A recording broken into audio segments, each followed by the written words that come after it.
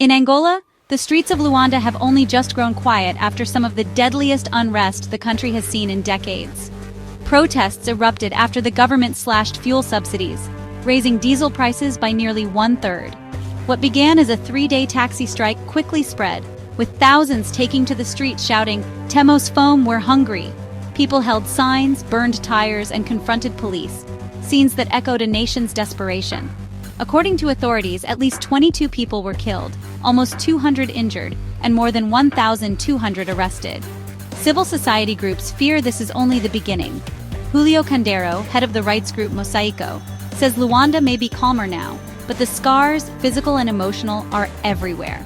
He compares the tension to Angola's worst political crises since the Civil War, which raged from 1975 to 2002. Let's talk about what's fueling this unrest. Angola is Africa's third-largest oil producer. But here's the twist. It imports most of its fuel because its only refinery is from colonial times. The government says fuel subsidies were costing Angolans around $3 billion a year. Money they claim is unsustainable, especially with oil prices dropping below $60 per barrel earlier this year. Officials argue that cutting subsidies frees up cash for infrastructure and development. But critics say ordinary Angolans barely see the nation's oil wealth. For decades, many blame corruption and mismanagement by the ruling MPLA party. So what does this mean for daily life? For millions, the price hike is devastating. Transport costs have doubled to about 4,000 kwanza per day. More than half of Angolan workers earn less than that. Electricity and water bills? They've jumped up by as much as 50 and 30%. Food prices are soaring. Eggs alone have risen by 400% in recent years. Development experts, including the UN's Atia Waris, warn cutting subsidies without protecting low-income households risks deepening poverty, hunger, and inequality. And internationally, the World Bank and the UN have both weighed in. They recommend a slower approach, gradually phasing out subsidies, giving direct cash transfers, and supporting small businesses and farmers.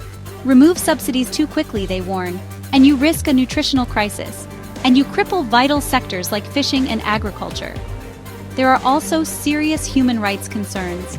Human Rights Watch accuses Angolan police of using excessive force, tear gas, rubber bullets, even against peaceful demonstrators. They insist Angolans must be able to protest without fear of violence or arrest. President João Lourenço has defended security forces, saying they acted within the law, and he's called for unity as Angola marks 50 years of independence.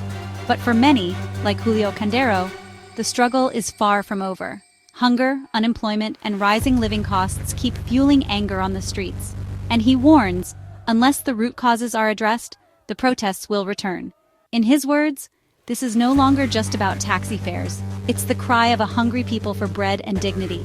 Remember to like, share, and subscribe for more stories like this.